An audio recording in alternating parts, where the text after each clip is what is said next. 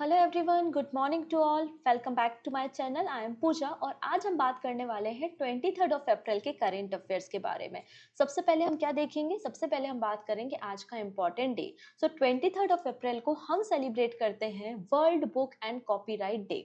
इस दिन को यूनेस्को सेलिब्रेट करता है, ठीक है। और एक बुक कैपिटल भी अनाउंस की जाती है। जब मैं इस करंट अफेयर्स को बना रही थी तब अनाउंस नहीं की थी, तो हम डेफिनेटली कल डिस्कस कर लेंगे। जो भी यूनेस्को शहर डिसाइड करेगा, कैपिटल, बुक कैपिटल डिसाइड करेगा। इस दिन को पहली बार 1995 में सेलिब्रेट किया गया था और थीम है रीड यूर वे। इस साल आपको थीम देखने को मिलेगी। चलिए अब बात करते हैं कुछ इंपॉर्टेंट पर्सन जो न्यूज में है, उनको हम देख लेते हैं। पर्सन इन न्यूज के बाद आप देख पाएंगे यहाँ पे कुछ नेशनल न्यूज, उसके बाद हम साइंस एंड टेक की न्यूज पर डिस्कशन करेंगे और फिर आपको क्वेश्चन ऑफ द डे देखने को मिलेगा जिसका आंसर आप हमें कमेंट सेक्शन में दे सकते हैं। क्लियर? जो स्टूडेंट न्यू है उनको मैं बताना चाहती हूँ अबाउट द पीडीएफ। तो पीडीएफ के लिए आप कुछ नहीं कीजिएगा, ये टेलीग्राम है ना, टेलीग्राम चैनल को ज्वाइन कर लीजिए और यहाँ से आप फ्री ऑफ कॉस्ट पीडीएफ को डाउनलोड कर सकते हैं जो आपको नोट्स बनाने में काफी हेल्पफुल रहेंगे। चलिए बात करेंगे पहले पर्सन और सबसे इंपॉर्टेंट पर्सन जो आज न्यूज में है, उनका नाम है डी गुकेश। इनको तो सभी लोग जानते ही हैं, ये इंडिया के चेस ग्रैंड मास्टर है और इन्होंने हिस्ट्री क्रिएट कर दी है। कैसे हिस्ट्री क्रिएट की? तो हिस्ट्री ऐसे क्रिएट की क्योंकि ये यंगेस्ट प्लेयर बन गए हैं जिन्होंने कैंडिडेट चेस टूर्नामेंट का टाइटल अपने नाम किया। ये केवल और केवल 17 ईयर्स के आपको देखने को मिलेंगे। So India's 17-year-old grandmaster D. Gukesh scripted history by winning the candidate chess tournament और ये यंगेस्ट एवर चैलेंजर बन गए हैं इस वर्ल्ड टाइटल को अचीव करने वाले। इसके अलावा ये सेकेंड नंबर के इंडियन है जिन्होंने इस टूर्नामेंट को जीता है, इस टाइटल को अचीव किया है। इसके पहले 2014 में, 2014 में आप देखेंगे विश्वनाथन आनंद यहाँ पर चैंपियन रहे। He became only the second Indian after the great Viswanathan Anand to win the prestigious tournament। ठीक है, अब इन्होंने किसके रिकॉर्ड को ब्रेक किया है? कोई ना कोई तो यंगेस्ट प्लेयर रहा होगा जिसके रिकॉर्ड को इन्होंने ब्रेक किया है। आंसर है यस।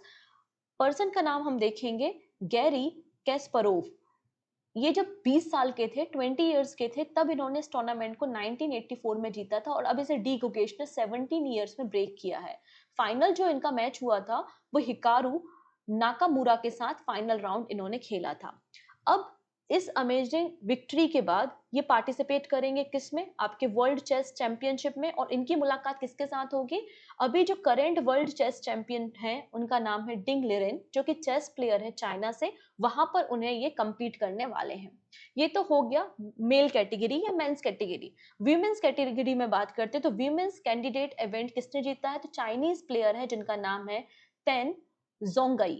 तेन जोंगई ने इस कैंडिडेट चैंपियनशिप को, टूर्नामेंट को जीतने का काम किया है।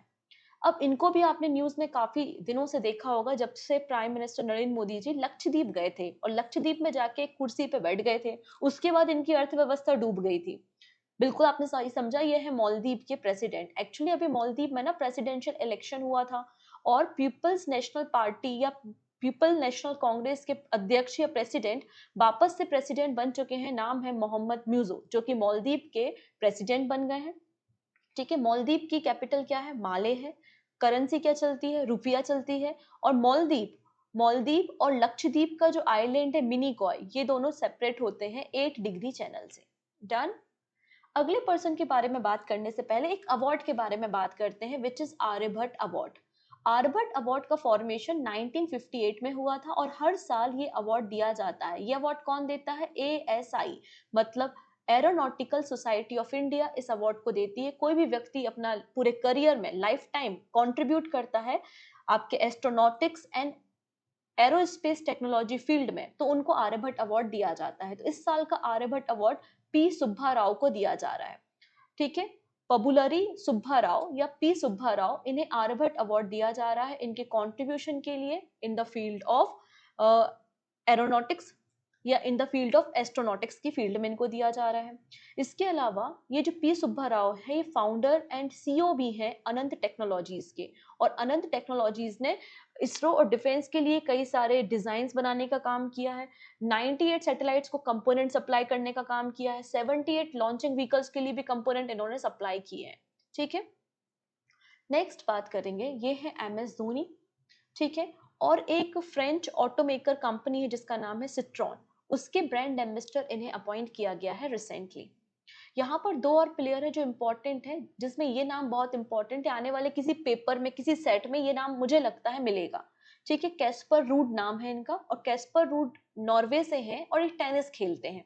ठीक है, वर्ल्ड नंबर 6 है ये। कैस्पर रूड ने रिसेंटली डिफीट किया है स्टीफेनोस तीसिपास को, जो कि ग्रीस से बिलोंग करते हैं, और इन्होंने बार्सिलोना ओपन 500 टेनिस टूर्नामेंट का टाइटल अपने नाम कर लिया है। अगला नाम क्या है? सो नेक्स्ट नाम क्या है?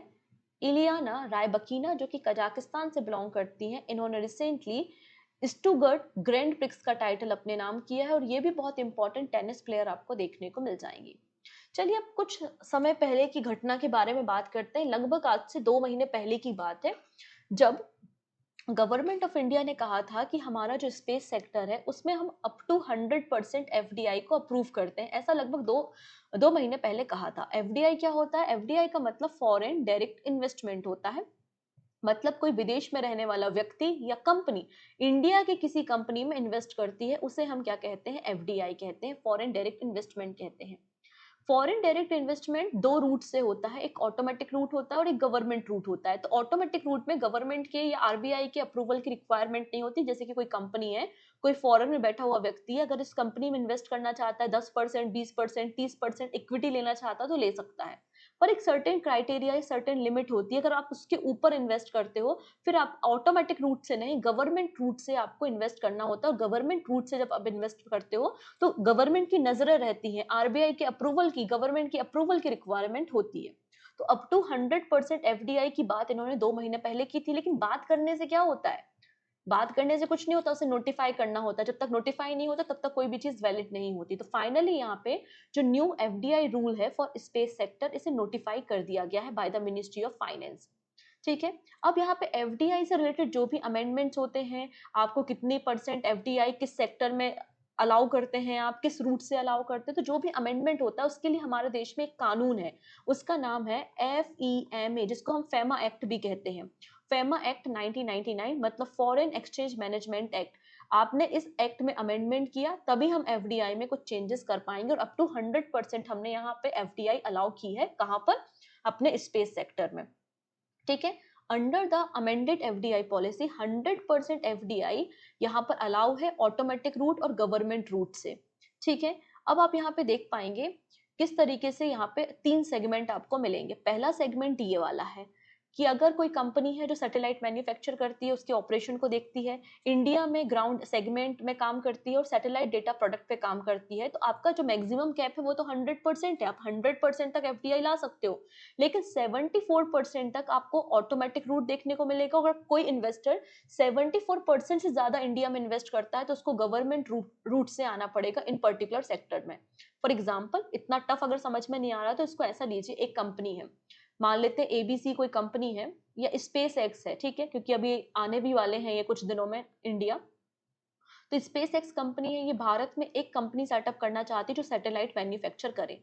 तो एलॉन मस्क 74% तक इस कंपनी के स्टैक को अपने पास रख सकते हैं और 74% तक के इन्वेस्टमेंट यहाँ पे कर सकते हैं ऑटोमेटिक रूट से। अब ये चाहते हैं, एलन मस्क चाहते हैं नहीं, कोई और इन्वेस्टर नहीं चाहिए, हमें तो पूरी ही पूरी इंडिया में अपनी कंपनी चाहिए। तो इनको 74% से ज्यादा अगर इन्वेस्टमेंट करना है तो गवर्नमेंट का अप्रूवल लगेगा, और ये अप टू 100% इन्वेस्टमेंट कर सकते हैं, लेकिन फिर गवर्नमेंट रूट से इनको जाना पड़ेगा। इसका ये मतलब है।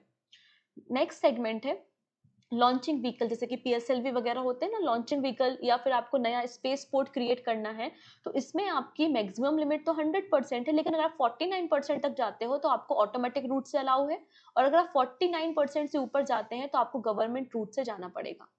नेक्स्ट है manufacturing of component and system. तो जो हमारे सैटेलाइट्स के कंपोनेंट्स होते हैं उसके अगर आप मैन्युफैक्चर करते हो तो आप अप टू 100% ऑटोमेटिक रूट से आप जा सकते हो। ये बातें यहाँ पे कही गई हैं। डन। चलिए अगली कहानी को समझना है, तो कहानी को समझने से पहले उसका बैकग्राउंड भी जानना पड़ेगा। हम बात कर रहे हैं यहाँ पे एनसीएमसी के बारे में। एनसीएमसी को हम नेशनल कॉमन मोबिलिटी कार्ड्स के नाम से जानते हैं।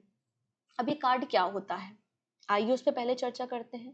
तो ये जो नेशनल कॉमन मोबिलिटी कार्ड है, इसको इंट्रोड्यूस किया था ministry of housing and urban affairs ने। कब? 4 मार्च को 2019 में। ये कार्ड क्या होता है, एक फिजिकल कार्ड है जिसमें आप रिचार्ज करा सकते हो। इसके रिचार्ज कराने के बाद आपको बार बार टिकट नहीं लेनी पड़ेगी, टोल नाके पे या टोल जो टोल स्टेशन होते हैं वहां पे लंबी कतारों में नहीं खड़ा रहना पड़ेगा। मतलब आपके जो ट्रेवलिंग एक्सपीरियंस है ना उसको और भी अच्छा करने के लिए ये कार्ड तैयार किए गए हैं। इससे आप मेट्रोज में, train, buses, toll plaza, parking, इन सब में आप पेमेंट कर सकते हो यूजिंग दिस कार्ड। अब तो इसमें एडिशनल फीचर्स भी है कि आप ऑफलाइन यहाँ पे शॉपिंग वगैरह भी कर सकते हो। तो ये है आपका एनसीएमसी कार्ड। आई थिंक ये आपको कार्ड क्लियर हो गया होगा। तो एयरटेल पेमेंट बैंक ने लॉन्च किया है NCMC enable debit and prepaid card. तो डेबिट कार्ड उन लोगों के लिए जिनके पास सेविंग अकाउंट है, ठीक है, उनके लिए डेबिट कार्ड है, और जिनके पास वॉलेट है उनके लिए प्रीपेड कार्ड यहाँ पे लॉन्च किया है किसने, एयरटेल ने। So Airtel payment bank has announced the launch of its NCMC enabled debit and prepaid card in the association with the NPCI. Obvious सी बात है, एनपीसीआई के बिना कोई भी डिजिटल ट्रांजेक्शन हमारे देश में तो पॉसिबल नहीं है। And powered by RuPay. Done, इतनी चीजें क्लियर है। इससे क्या होगा, एक्चुअली एयरटेल पेमेंट बैंक का एक एजेंडा है कि one nation one card vision इनका है।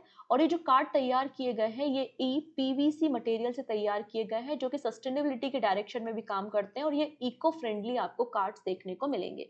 इसकी मदद से कस्टमर क्या कर सकता है, तो कस्टमर ऑनलाइन पेमेंट कर सकता है।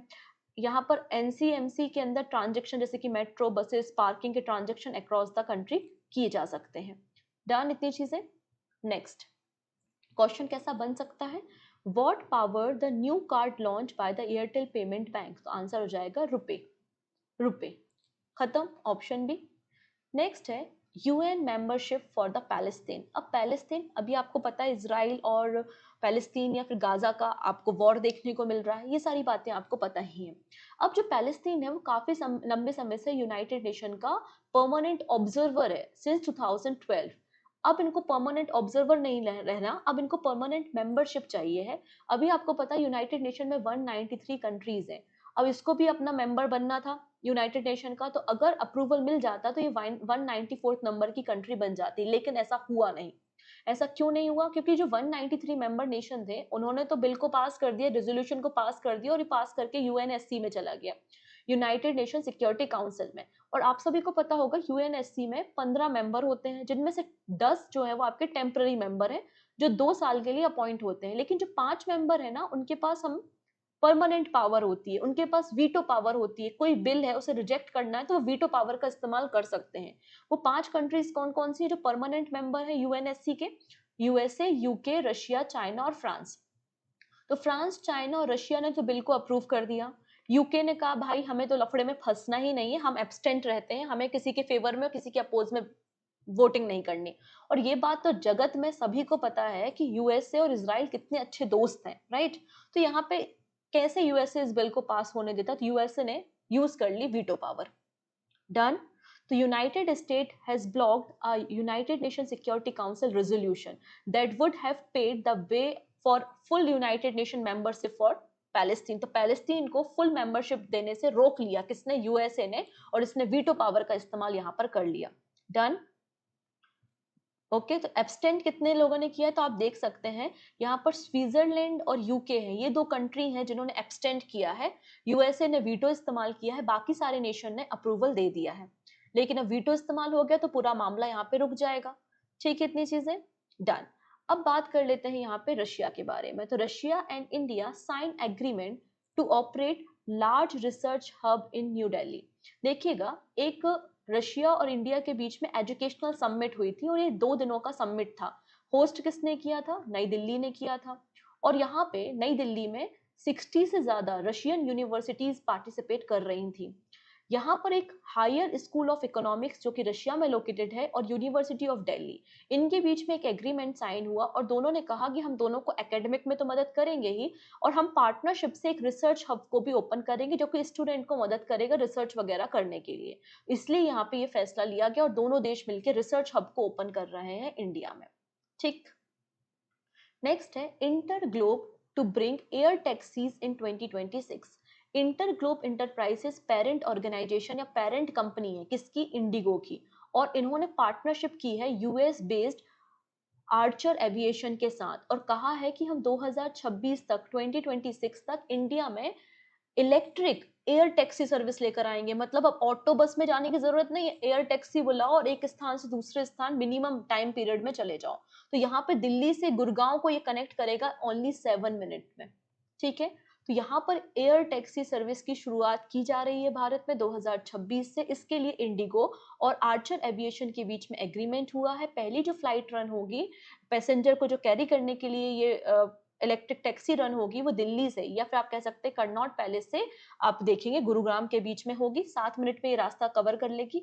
पायलट बेसिस पे इन टैक्सीज को दिल्ली, मुंबई और बेंगलुरु में हम इंट्रोड्यूस करने वाले हैं। बेसिकली 2023 में ही ये एग्रीमेंट साइन हो गया था और अब फाइनली यहाँ पे अप्रूवल हुआ है और ये इफेक्ट में आ रहा है। इसमें इंडिगो क्या करेगा, 200 एयर टैक्सीज को एक्वायर करेगा। किससे करेगा, आर्चर ग्रुप से। ठीक है, नेक्स्ट है पूर्वी लहर। पूर्वी लहर मेगा एक्सरसाइज इसे रन कराता है इंडियन नेवी। कहाँ पे रन कराया इसने, ईस्टर्न कोस्ट में। ईस्टर्न नेवल कमांड का हेड ऑफिस कहाँ पर मिल जाएगा, तो विशाखापट्टनम में आपको देखने को मिल जाएगा। तो Indian navy conduct exercise Purvi Lahar on the east coast under the operational control of the flag officer commanding in chief Eastern Naval Command, जिसका हेड ऑफिस आपको विशाखापट्टनम आंध्र प्रदेश में देखने को मिल जाएगा। इसमें कई सारी ships, submarines, naval forces, aircraft ने पार्टिसिपेट किया है। क्यों है ये, कि आप कितने प्रिपेयर हो आने वाले क्राइसिस से लड़ने के लिए, इसलिए इसे किया गया। नेक्स्ट है ड्रैगन फ्लाई मिशन। ये मिशन तो सभी को पता है किसका मिशन है, ये नासा का मिशन है। क्या कहता है ये मिशन, तो नासा का जो ड्रैगन फ्लाई मिशन है, इसमें जो सैटर्न का मून है, सैटर्न के मून का नाम है टाइटन। तो टाइटन में ये क्या करेंगे, ये फ्लाई व्हीकल को भेजेंगे और ये टाइटन के अलग अलग सरफेस एरिया में जाएगा, वहां पे मेजरमेंट करेगा, पिक्चर्स को क्लिक करके भेजेगा। ठीक है, इस तरीके से पूरा काम होगा। तो नासा ने बोला है कि हम जुलाई 2028 में ड्रैगन फ्लाई मिशन को लॉन्च करेंगे, जो सैटर्न के मून टाइटन पे जाएगा और सैटर्न का सबसे बड़ा मून भी टाइटन ही आपको देखने को मिलेगा। ठीक है, जिसके लिए इन्होंने $3.35 बिलियन का इन्वेस्टमेंट करने की बजट की बात की गई है। ठीक है, ये आपको एक डुअल क्वाड कॉप्टर देखने को मिलेगा जो टाइटन के सरफेस पे जाएगा और वहां की डिफरेंट लोकेशन पे जाके वहां से डेटा को मेजर करेगा या फिर उनके अर्थ को मेजर करने का काम करेगा। कब तक पहुंचेगा ये, तो 2034 तक ये टाइटन पे पहुंचेगा। ये बात यहाँ पे कही गई है। नासा का ये पहला मिशन है, ये पहला फ्लाइंग व्हीकल मिशन है जो किसी दूसरे सेलेस्टियल बॉडी में या किसी प्लेनेट के मून पे जा रहा है। तो it mark the first time NASA will fly a vehicle for science on another planetary body. ठीक है, और सैटर्न के टोटल नंबर ऑफ मून कितने हैं, 146 मून्स आपको सैटर्न में देखने को मिल जाएंगे। बात करते हैं, European astronomer uncover the largest stellar black hole in our galaxy. Next है, European astronomers uncover the largest stellar black hole in our galaxy. आप लोगों को हमने एक मिशन के बारे में बताया था विच इज गाइया स्पेस टेलीस्कोप, और इस टेलीस्कोप को 2013 में लॉन्च किया गया था। ये टेलीस्कोप किसका है, यूरोपियन स्पेस एजेंसी का है। और इसी टेलीस्कोप की मदद से यहाँ पर लार्जेस्ट ब्लैक होल को डिस्कवर किया है जो कि अर्थ से 2000 लाइट ईयर दूर है, जिसका नाम रखा गया है BH3। ठीक है, और ये BH3 33 टाइम्स बड़ा है किससे, सन से। तो कोई भी ऐसा स्टार जिसका मास 8 टाइम से ज्यादा है सन से और उसके अंदर जो फ्यूल है, मतलब आपका सारा का सारा हाइड्रोजन हीलियम में कन्वर्ट हो गया और फ्यूल खत्म हो गया है, और फ्यूल खत्म होने के बाद आप देखेंगे इसमें एक सुपरनोवा एक्सप्लोजन होता है और उसके बाद ये कोलैप्स कर जाता है, जिसके बाद ब्लैक होल का फॉर्मेशन आपको देखने को यहाँ पर मिल जाएगा। पहली बार ब्लैक होल की डिस्कवरी किसने की थी, तो जॉन बीलर का नाम आप यहाँ पे याद रख सकते हैं। डन। चलिए अब बात करेंगे कुछ क्वेश्चंस के बारे में। पहला है, India recently signed an agreement with which country to operate a large research hub in New Delhi? So answer is Russia. Option A is the right answer. कुछ समय पहले मैंने आप लोगों को यूनाइटेड नेशन पॉपुलेशन फंड की एक report पे डिस्कशन किया था। रिपोर्ट थी state of world population report 2024। According to this report कौन सा स्टेटमेंट यहाँ पे करेक्ट है? पहला बोला है कि जो रिपोर्ट है इसका टाइटल है unleashing the power of gender equality, uplifting the voice of women and girls to unlock our world infinite possibility. Second statement कहता है कि according to this report India की पॉपुलेशन 1.44 बिलियन है, जो कि सबसे ज्यादा है वर्ल्ड में। एंड सेकेंड नंबर पे चाइना है, जिसकी पॉपुलेशन आपको 1.42 बिलियन देखने को मिलेगी। थर्ड कहता है कि 68% हमारी इंडिया की जो पॉपुलेशन है वो 14 से लेकर 45 एज ग्रुप के बीच में है। और चौथा स्टेटमेंट है कि लाइफ एक्सपेक्टेंसी कितनी है, मेल में है 74 ईयर्स और फीमेल में आप देखेंगे 71 ईयर्स है अकॉर्डिंग टू दिस रिपोर्ट। कौन सा स्टेटमेंट करेक्ट है? तो पहला तो बिल्कुल गलत है, ये नाम है ही नहीं state of the world population report का। हाँ, सेकंड स्टेटमेंट बिल्कुल करेक्ट है। अब 68 की जो पॉपुलेशन है, 68% हमारे देश की पॉपुलेशन है, वो एज ग्रुप 15 से 64 के बीच की है, ना कि 45 के बीच की। तो ये वाला स्टेटमेंट भी गलत है। और इसको ये अपोजिट है, फीमेल का है 74 और मेल का है 71, यहाँ अपोजिट दिया हुआ है, तो ये स्टेटमेंट भी गलत हो जाता है। तो केवल और केवल सेकेंड स्टेटमेंट आपको सही देखने को मिल जाएगा। यहाँ आप एज ग्रुप वाइज डिस्ट्रीब्यूशन देख सकते हैं, जिससे फ्यूचर में अगर ऐसा कोई क्वेश्चन बनता है तो आप सही आंसर कर पाए। डन। चलिए अब बात करते हैं, रिसेंटली किस कंट्री ने थियोलॉजी 1-2 एंटी एयरक्राफ्ट मिसाइल की टेस्टिंग की है? तो ये वही देश है जो कि बड़ा फेमस है, नॉर्थ कोरिया। और नॉर्थ कोरिया और साउथ कोरिया के बीच में आपको 38 पैरेलल लाइन भी देखने को मिल जाएगी। Option C is the right answer. And this is question of the day. Recently director general NSG मतलब नेशनल सिक्योरिटी गार्ड का किसे अपॉइंट किया गया है? जो भी सही आंसर है आप हमें कमेंट में बता सकते हैं, बाकी सारी बातें हम नेक्स्ट वीडियो में डिस्कस करेंगे। So take care and bye bye.